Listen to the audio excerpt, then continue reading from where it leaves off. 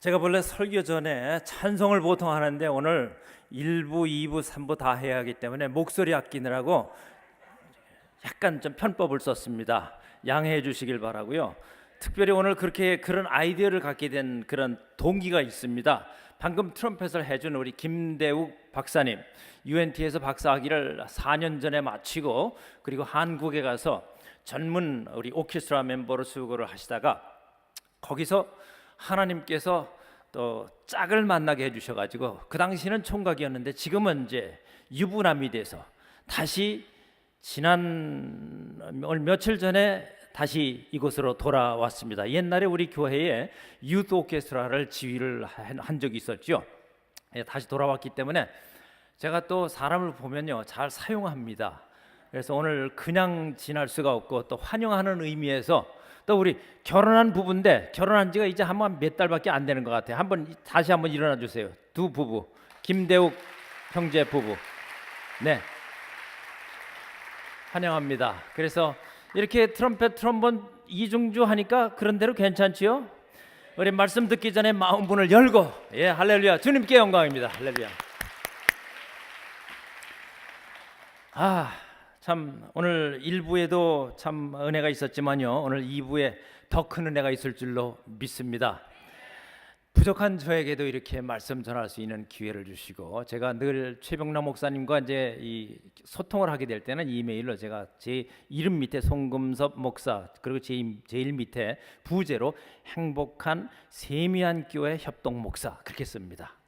네, 얼마나 행복한지 모르겠습니다. 오늘 또 이렇게 부족한 종이 하나님의 말씀을 최 목사님 쉬는 시간 동안에 제가 이렇게 할 수 있게 돼서 얼마나 영광이고 감사한지 모릅니다. 그래서 오늘은 아주 간단하고 쉬운 얘기를, 또 살아가는 얘기를 여러분과 함께 나눠볼까 합니다.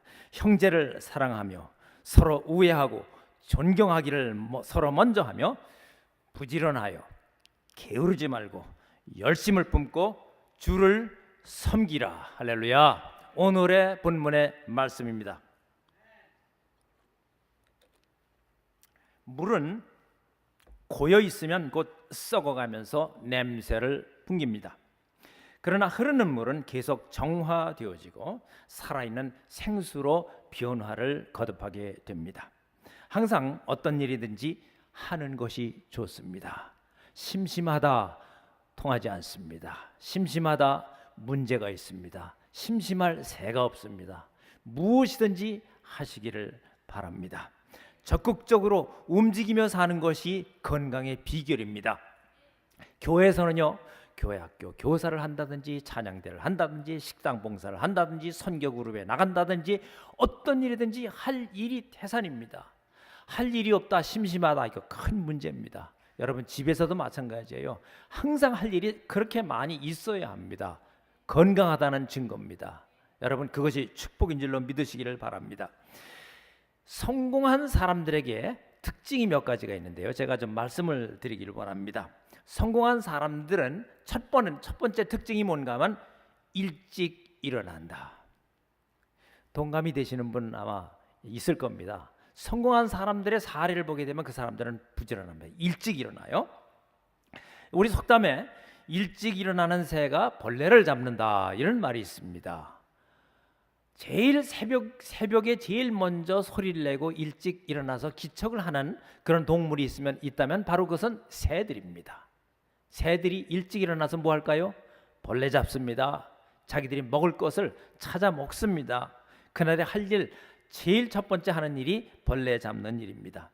우리 예수님의 교훈이 있는데요, 얼마 전에, 오래전에 우리 김장한 목사님께서, 제가 이제 한국에 있을 때 얘기입니다, 누가 새벽 기도를 만들었는지 내가 천당에 가면 예수님께 물어본다고 그러시더라고요. 누가 새벽 기도를 만들었는지. 아마 그분께서도 새벽 기도가 생각보다 쉽지는 않으셨던 것 같아요. 그런데 제가 여기서 말씀드립니다. 마가복음 1장 35절부터 36절의 말씀을 보니까 이런 말씀이 있어요. 새벽 아직도 밝기 전에 예수께서 일어나 나가 한적한 곳으로 가서 거기서 기도하시더니, 이런 말씀이 있습니다. 시몬과 및 그와 함께 있는 자들이 예수의 뒤를 따라가 새벽기도의 창시의 범인이 바로 예수님이었어요. 할렐루야. 네, 예수님이 새벽기도의 모본을 보이셨습니다. 여기는 예수님은 예수님으로서 또 지도자로서 리더로서 먼저 앞장서셔서 산에 가셔서 기도하셨던 모습을 볼 수 있습니다. 그리고 시몬과 및 그와 함께 있는 많은 제자들이 예수의 뒤를 따라가, 가만히 보면요, 제자들의 삶은 항상 따라가는 삶이었습니다. 예수님이 계실 당시에는. 우리 삶을 봐도 마찬가지입니다. 교회도 리더가 있고 따라가는 사람들이 있습니다. 사회도 마찬가지입니다. 이끄는 사람이 있고 따라가는 사람들이 있습니다. 그런데 여러분 어떠세요? 끄는 사람이 좋습니까? 따라가는 사람이 좋습니까? 마라톤을 할 때도 마찬가지예요. 앞에서 뛰어야 1등 할 가능성이 있지 뒤에서 뛰면 1등 할 가능성 별로 없습니다. 리더가 있고 팔로워스가 있습니다. 그래서 성공한 사람들에게 제일 중요한 것은 항상 일찍 일어난다. 두 번째는 그 사람들의 특징은 지혜롭습니다. 이것은 머리가 좋다하고는 다른 이야기입니다. 성경에서 이런 지혜에 대해서 한번 제가 찾아봤는데요, 참 재미있는 부분이 있습니다. 잠언 6장 6절부터 있는 말씀에 이런 말씀이 있습니다. 개미에 대한 이야기가 있습니다. 게으른 자요, 이렇게 시작됩니다. 게으른 자요, 개미에게 가서 그가 하는 것을 보고 지혜를 얻으라. 여기서 시작 부분은 게으른 자요라고 나옵니다. 그런데 그 이후에 얼마나 많은 부분이 게으른 자가 나오는지 들어보세요. 개미는 두령도 없고 감독자도 없고 통치자도 없으되 먹을 것을 여름 동안에 예비하며 추수 때의 양식을 모으느니라. 게으른 자요, 네가 어느 때까지 누워 있겠느냐?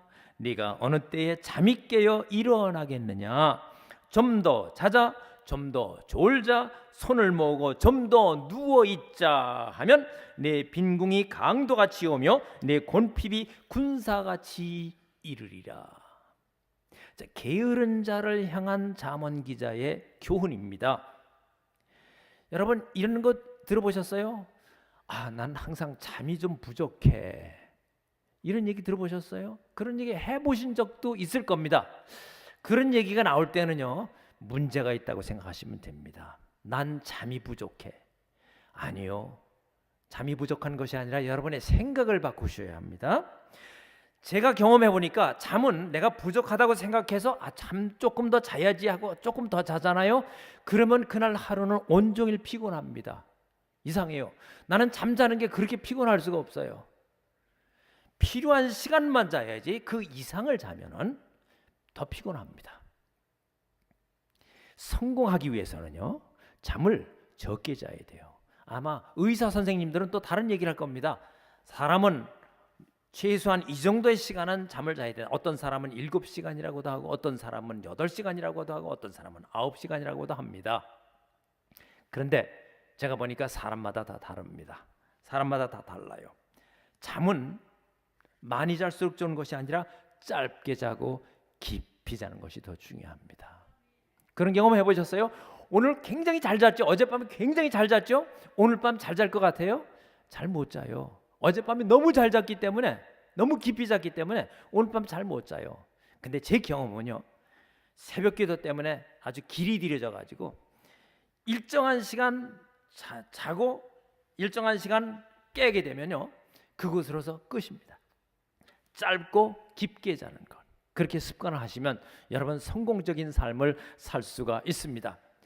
우리가 개미에게서 얻을 수 있는 지혜를 한번 생각을 해볼게요. 오늘의 말씀 속에서 개미는 세 가지의 우리 지혜를 가지고 있습니다. 첫 번째는 부지런한 지혜를 우리에게 가르쳐주고 있습니다.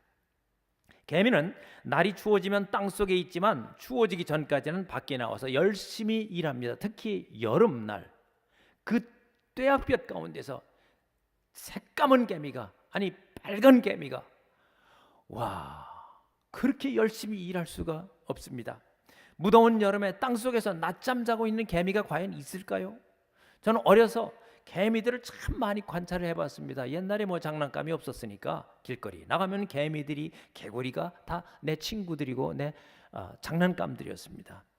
근데 개미들을 보게 되면 한 가지 다 똑같이 열심히 움직이고 있지 쉬고 있는 개미 없습니다. 그냥 이렇게 다 편안하게 쉬고 있고 낮잠 자는 개미 저는 한 번도 못 봤습니다. 두 번째 개미로부터 배울 수 있는 지혜는 뭔지 아세요? 성실함입니다. 성실함. 개미는 두령이나 간역자나 주권자가 없어도 성실히 자기 할 일을 다 수행을 한다고 합니다. 성실하다는 것은 최선을 다하는 것이고 또 자기의 책임을 다하는 것입니다. 누가 보든지 누가 안 보든지 내가 마땅히 해야 할 일은 내가 충성을 다해서 하는 것, 그것이 성실입니다. 영어에 제가 좋아하는 노래가 하나 있습니다. His eye is on the sparrow. 그 뭔가 하면 하나님은 우리의 모든 일거수일투족을 다 관찰하신다. 참새의 눈을 통해서도 우리의 모든 것을 다 알고 계신다 그럽니다. 그런데 우리 사람들은 그걸 몰라요. 하나님이 설마 아시랴 해가지고 내가 하고 싶은 건 하고 쉬고 싶으면 쉬고 합니다. 그러나 성실이라고 하는 것은 하나님이 보시든 사람이 보든 안 보든 상관없이 내가 할 일을 아주 착실하게 완수해 놓는 것. 그래서 성취감을 갖는 것이 본인에게도 건강에 좋은 것입니다. 골로새서 3장 22절에 보니까 이런 말씀이 있습니다. 종들아 모든 일에 육신의 상전들에게 순종하되 눈가림만 하지 말고 오직 주를 두려워하여 성실한 마음으로 하라.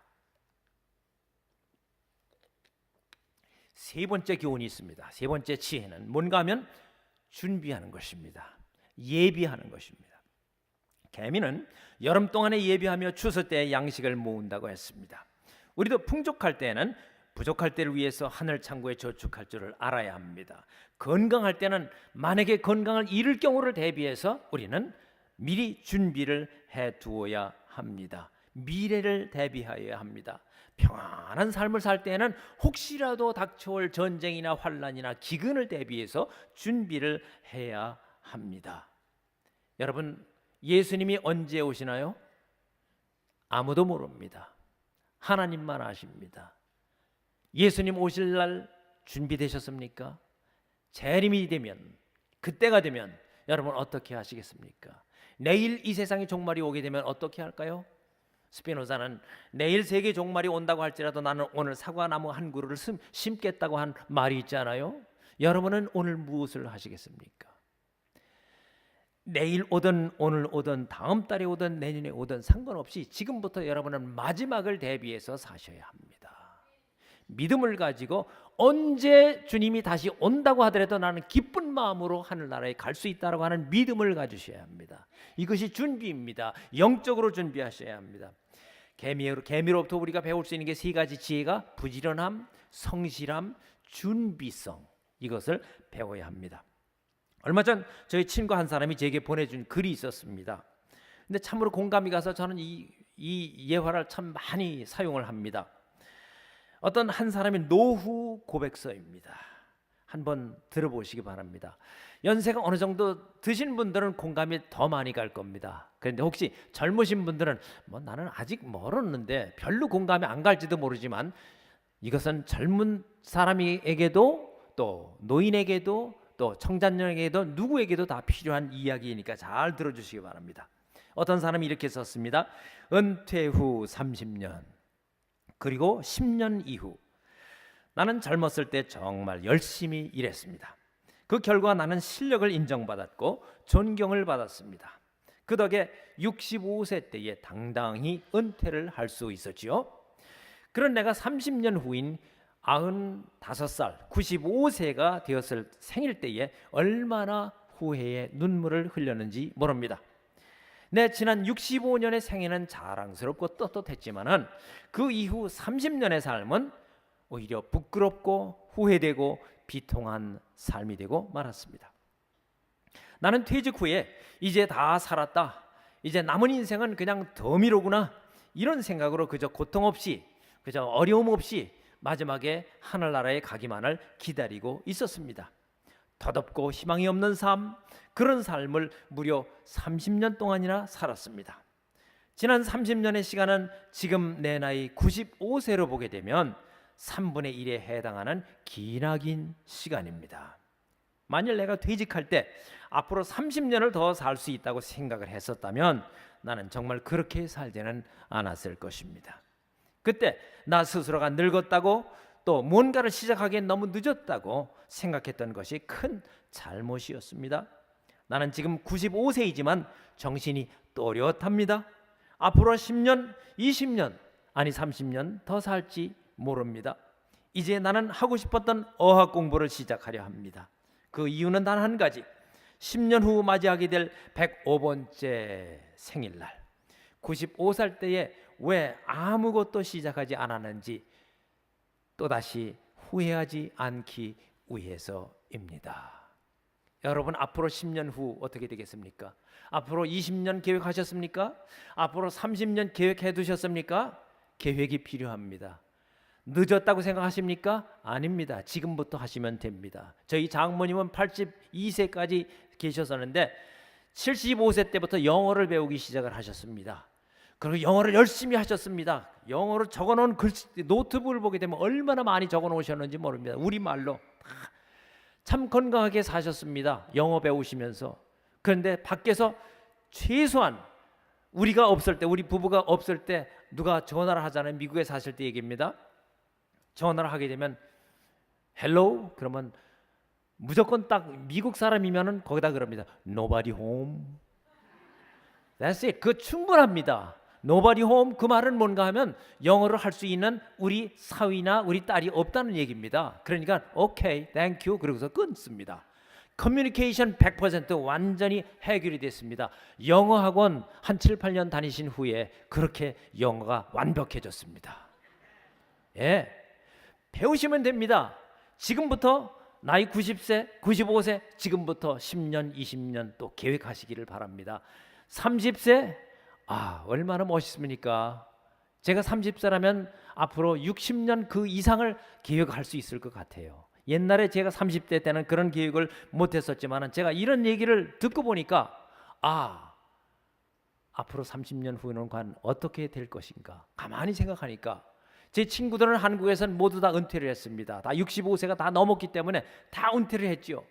저만 지금 남아서 열심히 일하고 있습니다. 그래서 어떨 때는 나도 은퇴할까 하는 생각을 하다가도 아니지 앞으로 30년이 더 있는데 하고서 30년을 더 계획을 합니다. 이번에 제가 여름 기간 동안에 홍콩에 강의가 있어서 우리 학교의 교수하고 같이 홍콩 가서 강의를 했습니다. 그리고 제가 몇 교회 가서 홍콩에서도 또 한국에서도 설교를 했습니다. 그리고 제가 이 말씀을 쉐어를 했습니다. 같이 나누었더니 우리 학교의 그 학장이 뭐라고 하는가 하면 Tom, you have 30 more years. 많은 사람들이 저에게 얘기합니다. 지금 제가 가르치고 있는 사우스웨스턴 신학교의 음대에서 제가 지금 제일 나이가 많습니다. 교수 중에서 제가 제일 나이가 많습니다. 왜냐하면 지금 새로 들어오는 사람들은 다 40대, 50대 그리고 60대 초반 그 정도입니다. 제가 제일 나이가 많으니까 다음에 누가 은퇴를 할 것이냐 매 학기마다 은퇴하는 사람들이 종종 나옵니다. 각 신학교 교수들도 그렇고 그러다 보니까 다 저를 쳐다봐요. 근데 지금부터는 우리 학장이 뭐라고 하는가 하면 Tom has 30 more years to go. 예. 얼마나 감사한지 모릅니다. 그러니까 제가 힘있게 제가 하늘나라에 부를 때까지 우리의 은퇴의 시간은 언젠가 하나님이 부르실 그때입니다. Until then I will sing for His glory. Until then I will preach the word. 그렇습니다. 우리가 할 일이 너무너무 많습니다. 자, 승리적이며 성공적인 삶을 사람들은 그 다음에 이 비결입니다. 어떻게 사는지 성공적인 사람의 사례를 말씀드립니다. 항상 남보다 한 발 빠릅니다.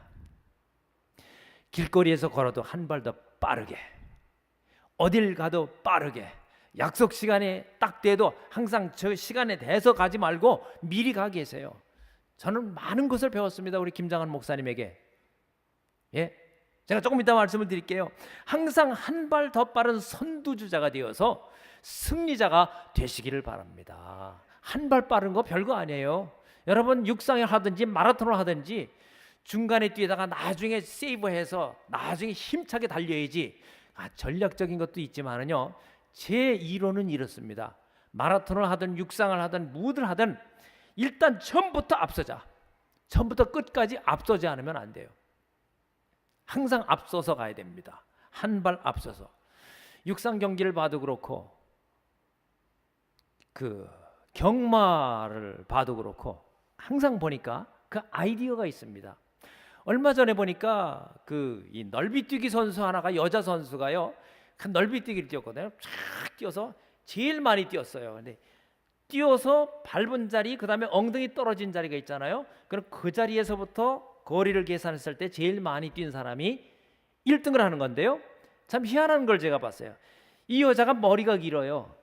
그래가지고 뛰어서 딱 해서 엉덩이까지 떨어진 자리는 여기인데 뒤에 머리카락이 다 안쪽이 여기더라고요. 그래서 1등을 못했어요. 근데 1등을 한 경우, 경마하는 경우를 제가 봤습니다. 경마장에서 똑같이 1등, 2등, 3등 아슬아슬하게 딱 들어갑니다. 누가 봐도 똑같이 들어갔어요. 근데 비디오 판독을 해보니까 거기에서 나타난 게 뭐가 있는지 아세요? 말이 조금 주둥이에 살이 쪄가지고 이 주둥이 앞쪽이 살짝 하는데 그 간발의 차이라고 하는, 그래서 그 말이 1등을 했습니다. 엄청난 사실이죠. 간발의 차이로 1등, 2등이 바뀝니다. 여러분, 성공하기를 원하십니까? 선두주자가 되길 원하십니까? 다른 사람보다 한 발 빨리 가시기 바랍니다. 빨리 가는 거 문제 없어요. 난 느린데 절대 그런 생각하지 마세요. 다른 사람 디딜 때 난 조금 더 가면 돼요. 이론 간단합니다. 할 수 있습니다. 할 수 있다 하시니는 나의 능력주 하나님. 할렐루야.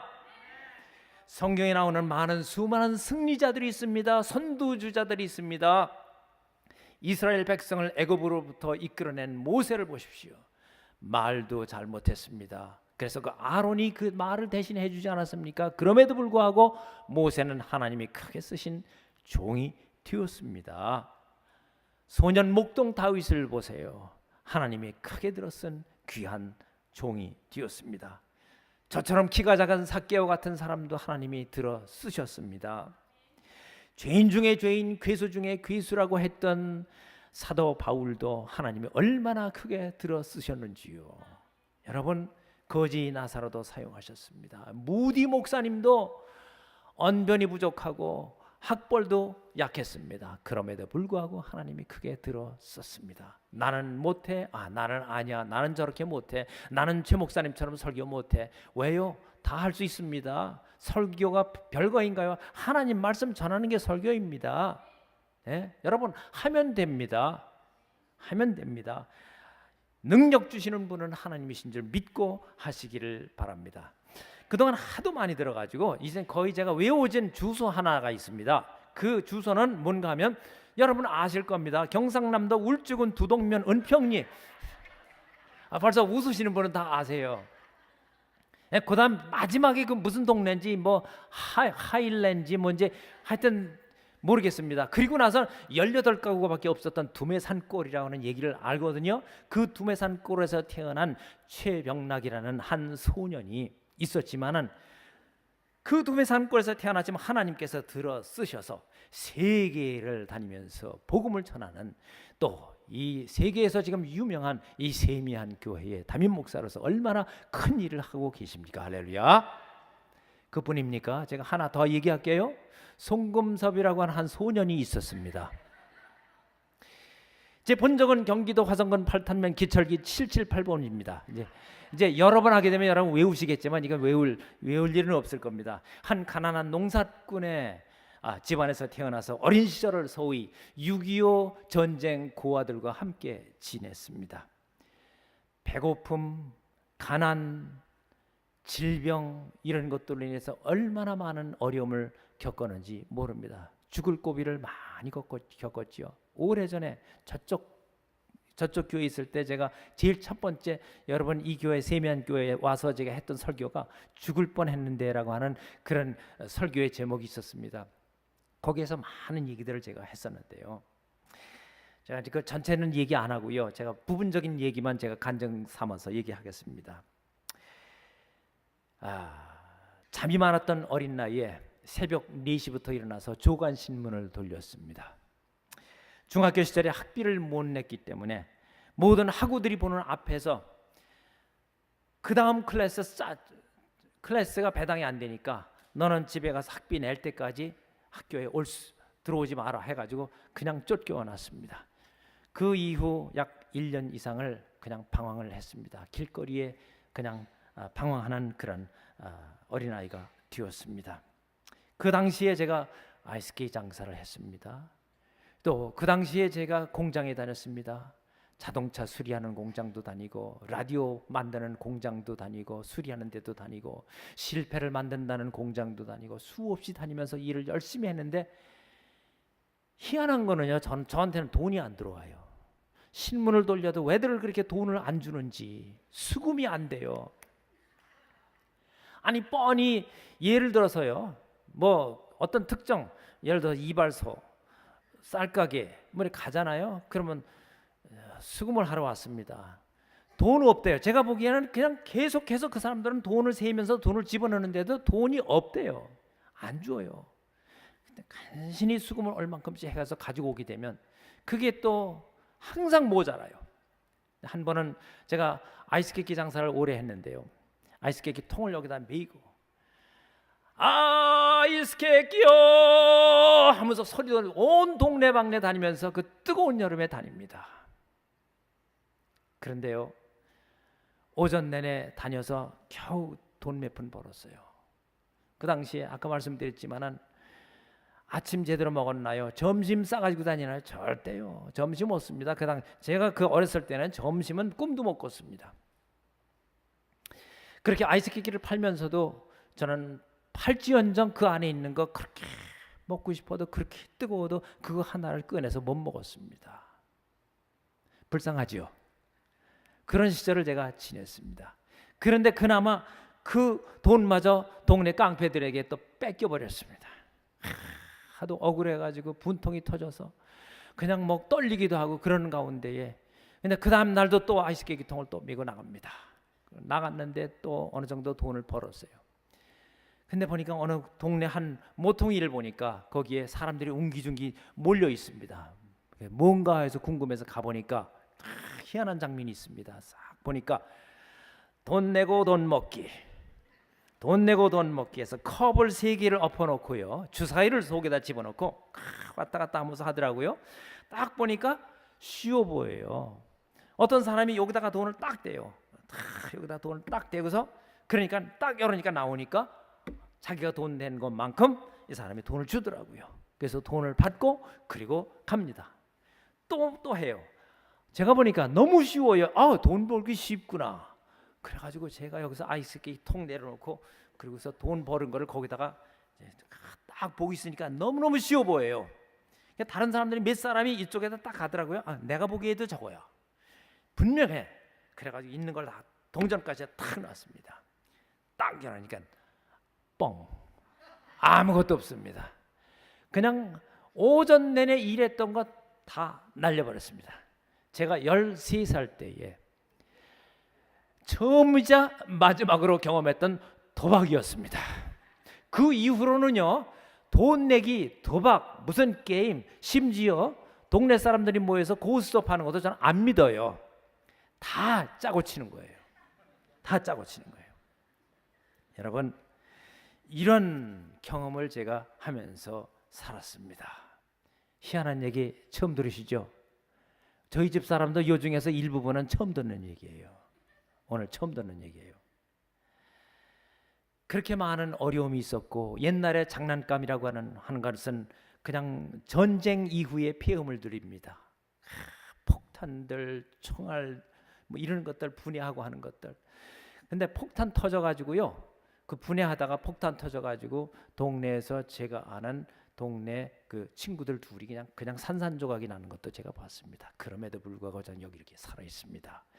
불사조 같은 사나이가 오늘 하나님의 말씀을 증거합니다. 할렐루야. 그뿐인가요? 벼락 맞은 얘기 제가 한 번 한 적이 있었지요. 벼락도 맞았습니다. 벼락 맞아서 자동차가 하늘로 공중에 떴다가 떨어졌고 누룽지처럼 되어버렸는데도 불구하고 저는 오늘 이 순간 아무데도 다치지 않고 이 순간 하나님의 말씀을 전파합니다. 할렐루야. 오늘 벼락 맞은 사나이의 간증, 이걸 통해서 어떤 제 자랑이 아니라 여러분, 하나님께서 살려주시면 삽니다. 하나님께서 사용하시면 사용이 됩니다. 여러분, 1960년대 초에 제가 처음으로 청년 김장환 목사님을 만났습니다. 그 당시 30대 초반의 청년이었습니다. 김장환 목사님의 영어하는 모습에 제가 너무 반했습니다. 당시에 미국에서 영어 공부를 하고 유학을 마치고 한국에 돌아와서 청소년 사역을 하는데 이 김장환 목사님 설교가 얼마나 멋진지, 또 통역도 얼마나 잘하는지, 나도 저런 사람이 좀 되었으면 좋겠다. 또 그분이 그 당시에는요, 찬송도 잘했고 인도도 잘했어요. 그래서 제가 그 당시에 배운 것이 I have the joy, joy, joy, joy down in my heart, down in my heart, 이런 노래들 있죠. 그런 걸 처음 배웠습니다. 영어로 처음 노래를 배웠습니다. 제가 김장환 목사님이 제 음악 선생이고 그런 영어 선생이었습니다. 그래서 거기에서 도전을 받고 나도 저렇게 영어 잘했으면 좋겠다, 나도 저렇게 음악을 잘했으면 좋겠다, 그런 꿈을 꾸었습니다. 왜냐하면 그 당시에 제가 중학교 1학년 다니다가 그만둔 상황이니까. 그래서 제 그때 생각이 뭔가 하면 내가 옛날에 제일 점수를 못 땄던 점수가 뭔가 하면 음악하고 영어였거든요. 다른 거는 그냥 괜찮이 해서 체육 그건 뭐 열심히 참석만 하면 돼요. 근데 음악하고 영어 점수가 제일 나빴습니다. 제가. 여러분 믿으시겠어요? 근데 그런 사람도 오늘 음악을 가르치는 사람이 되지 않았습니까? 할렐루야. 음악 목사가 되어서 참 별 희한한 일이 다 있습니다. 오늘 희한한 얘기 여러분 많이 들으시네요. 그분을 만나서 제가 그런 도전을 받게 되었고, 그 이후에 그분을 만남으로 인해서 바로 예수님을 만났습니다. 예수님을 만나서 기적을 체험하게 되었고, 바로 예수님 때문에 오늘날 제가 복음을 전하는 복음 사역자가 되어서 이렇게 쓰임을 받고 있다고 하는 사실, 제가 이것을 간증드리는 것입니다. 여러분, 중요한 것은요, 누구를 만나느냐가 참 중요합니다. 사람을 만나는 거 참 중요합니다. 누구를 만나느냐에 따라서 여러분 운명이 바뀝니다. 그렇지만 더 중요한 질문이 있어요. 여러분, 예수님 만나셨습니까? 하나님 만나셨습니까? 하나님 못 만나면 아무리 사람을 잘 만나도 이 세상 사람은 사람일 뿐입니다. 예수님은 영원히 변함없는 우리의 친구이십니다. 우리의 구세주이십니다. 그분 때문에 살고 그분으로 인해서 우리가 부족하지만 할 수 있는 일을 다 할 수 있는 겁니다. 예수님 바로 오늘 만나시기를 주의 이름으로 축원합니다.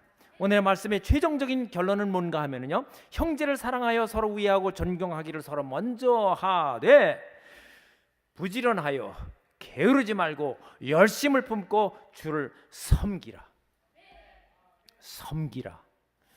여러분, 주님을 섬기라고 하는 그 결론을 위해서 부지런하라, 열심을 품어라, 게으르지 말아라, 이런 말씀을 하시는 겁니다.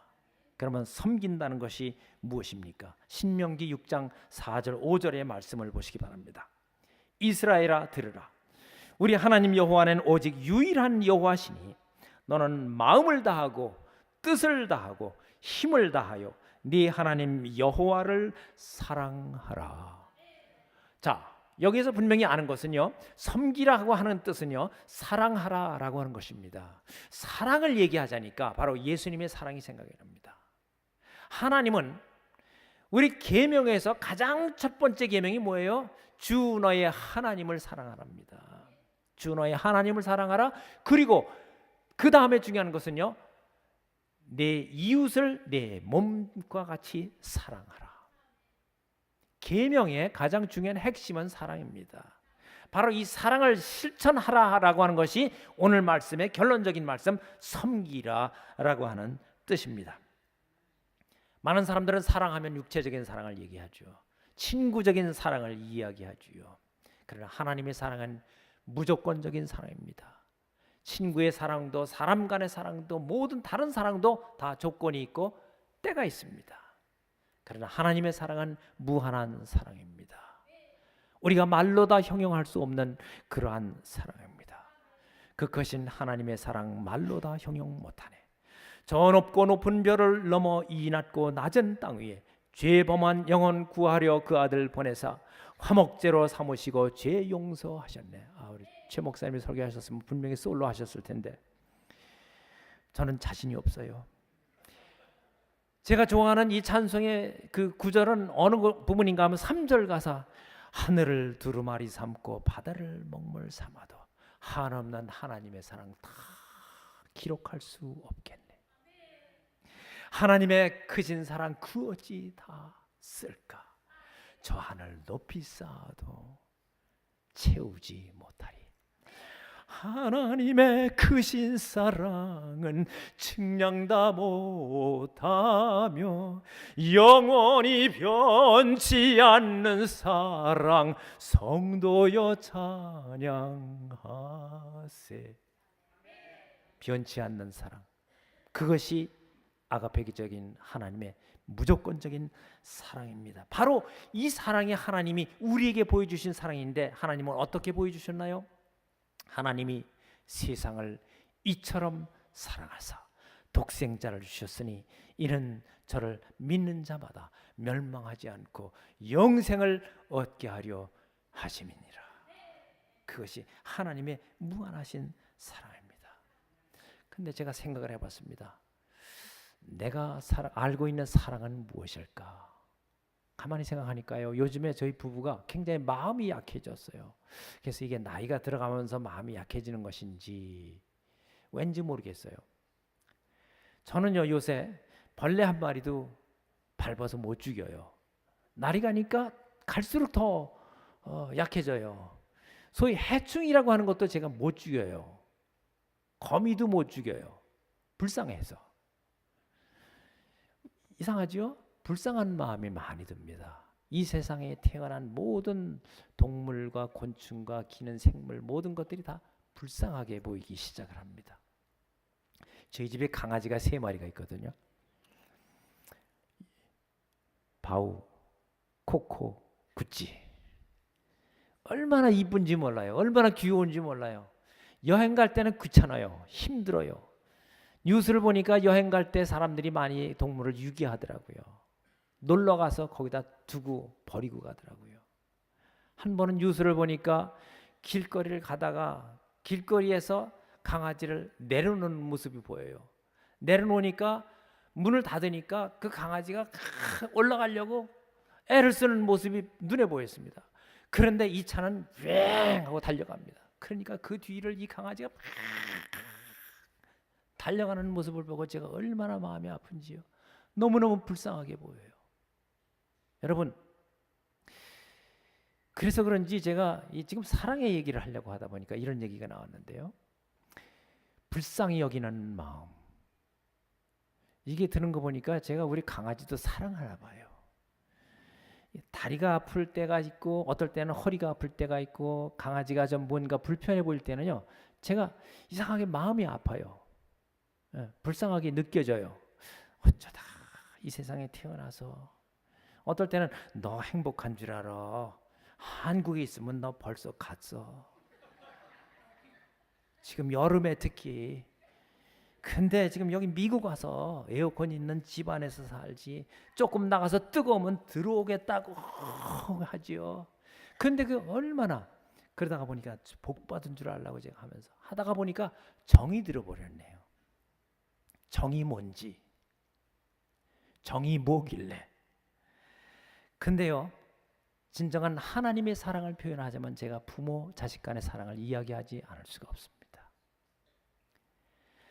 부모는 자식을 바라볼 때 자기의 분기수로 바라봅니다. 내 아이가 밖에 나가서 놀다가 어떤 병에 손이 찢어져 가지고 피가 나게 되면요, 왜 그랬냐 야단치는 것보다는요, 어쩌다가 그랬냐, 그래가지고 그걸 보고서 손가락이 아픈 정도가 아니라 부모의 마음은 가슴이 찢어진 것 같은 그런 통증을 느껴요. 그렇더라니까요. 여기 애기 안 키워본 사람은 잘 모를 거예요. 그게 부모가 자식을 바라보는 마음입니다. 여러분, 하나님의 사랑은 바로 그러한 사랑입니다. 우리를 바라보시고 우리가 아파할 때, 우리가 상처를 입었을 때에, 우리가 어려워서 눈물 흘릴 때에 내가 눈물을 흘리면 하나님은 통곡하고 싶은 정도의 그런 마음을 가지신 분이 하나님이시라는 것. 그 사랑을 우리에게 보여주셨고 실천을 하셨는데, 제발 게으르지 마라. 부지런하라. 열심을 품고 주를 섬기라. 어떻게? 위로 하나님을 섬기고 예배하고, 그리고 이웃을 바라보고 이웃에게 사랑을 베풀라. 이것이 오늘의 말씀입니까? 누가복음 10장에 보면 말씀이 많이 나옵니다. 네 마음을 다하며 목숨을 다하며 27절 10장 27절에요. 네 마음을 다하며 목숨을 다하며 힘을 다하며 뜻을 다하여 주 너의 하나님을 사랑하고 또한 네 이웃을 네 자신같이 사랑하라. 이런 말씀이 있습니다. 그리고 그 이후에 나오는 말씀이 길 가다가 강도 만난 사람의 비유를 예수님께서 말씀하십니다. 한 사람 여리고에서 강도 만난 사람인데 그냥 지나가 버립니다. 두 사람이 지나가 버립니다. 그런데 세 번째 사람, 사마리아 사람이 지나가다가 그 피 흘려서 거의 죽게 된 이 사람을 보고 마음에 불쌍히 여기는 마음이 생겼습니다. 그냥 지나칠 수가 없었어요. 그래서 가까이 가서 기름과 포도주를 그 상처에 붓고 싸매고 자기 짐승에 태워 주막으로 데리고 가서 돌보아 주니라. 이런 말씀이 있습니다. 여러분, 불쌍한 사람을 보면 그런 마음이 안 드세요? 여러분 주변에, 여러분 가족 가운데 정말 불쌍한 사람들 많습니다. 여러분, 이것을 단순히 우리 육신적인 이 세상적인 삶으로만 보지 마세요. 오늘 영적인 눈으로 한번 보시길 바랍니다. 불쌍한 사람들, 다 죽어가는 사람들이, 영적으로 죽어가는 사람들이 얼마나 많은지 모릅니다. 여러분, 그 영혼을 향해서 불쌍한 마음이 드셔보셨습니까? 우리 교회의 사명은 그런 사람들을 섬겨야 해요. 어떻게? 그런 사람들에게 예수의 복음을 전해야 합니다. 그것이 올바로 섬기는 자세입니다.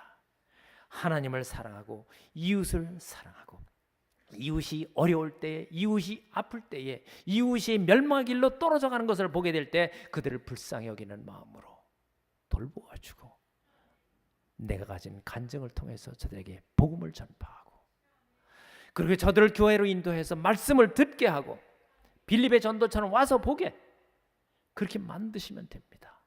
그러면 우리는 주님을 섬기는 삶을 살게 되는 줄로 믿으시길 바랍니다. 우리 옛날 찬송가 369장, 현재의 찬송가 218장에 이런 찬송이 있거든요. 내 마음과 정성을 다하여서 주 너의 하나님을 사랑하라. 내 몸을 아끼고 사랑하듯 형제와 이웃을 사랑하라. 주께서 우리에게 명하시니 그 명령 따라서 살아가리. 널 미워 해치는 원수라도 언제나 너그럽게 사랑하라. 널 핍박하는 자 위에서도 신실한 마음으로 복을 빌라. 주께서 우리에게 명하시니 그 명령 따라서 살아가리. 우리 이 찬송 함께 부르겠습니다.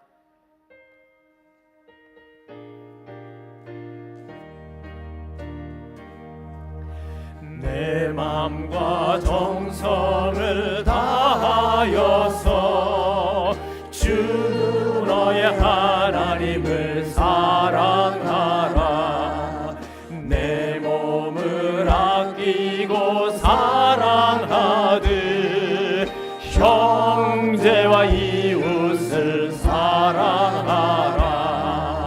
주께서 우리에게 명하시니 그 명령, 다 같이 자리에 일어나셔서 2절, 널 미워 해치는 원수라도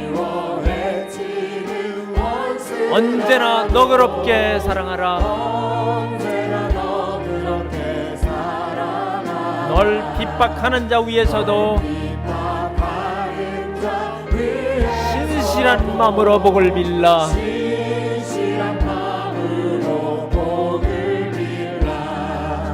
주께서 우리에게 명하시니 그 명령 따라서 살아가리. 나 항상 주님을 멀리하고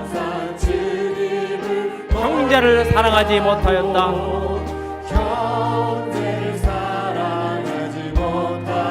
이러한 죄인을 사랑하사 주께서 몸버려 죽으셨다.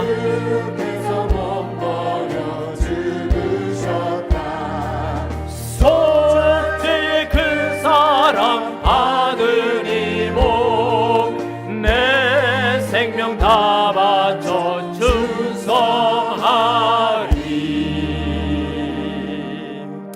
주님 감사합니다. 부족한 종을 통해서 이제 부지런하고 게으르지 말고 열심을 품고 주님을 섬기라고 하는 귀한 말씀을 대언하였습니다. 하나님, 우리의 삶을 돌아보면 지금까지 우리는 우리의 이웃을 너무나 신경 쓰지 못하고 살았습니다. 주님의 사랑을 베풀지 못하고 살았습니다. 우리의 형제, 우리의 이웃, 우리의 자매를 사랑하지 못했습니다. 너그럽지 못했습니다. 신실하지 못했습니다. 부지런하지 못했습니다. 너무나 나태했습니다. 용서하여 주시옵소서. 다시 한번 깨달음을 주시옵소서. 오늘의 말씀을 통해서 다시 한번 깨닫고 이제 나아가서 주님의 말씀에 따라서 섬길 수 있는 우리가 될 수 있도록 축복해 주시기를 원합니다. 우리 통성으로 한번 자신을 위해서 새로운 각오를 위해서 기도하시기 바랍니다. 전능하신 아버지 하나님 감사합니다. 주여 도와주시옵소서. 아버지 하나님 도와주시옵소서.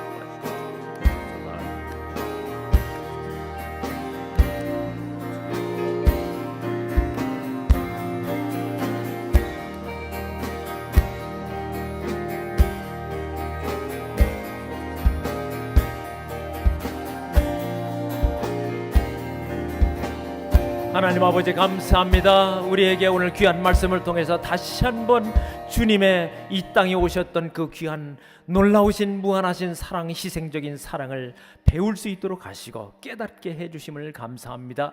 이제 오늘의 말씀처럼 다시 한번 열심을 품고 주님을 섬기는 겸손한 주의 종들 되게 하여 주시옵소서. 이제는 우리 주 예수 그리스도의 은혜와 아버지 하나님의 극진하신 사랑하심과 성령의 감동 감화 교통하심이 오늘 모여 예배를 드리고 다시 한번 우리의 삶을 주님을 섬기기 위한 삶으로 다짐하고 돌아서는 귀한 권속들 머리머리 위에 이제부터 영원토록 함께 하시기를 간절히 축원하옵나이다. 아멘.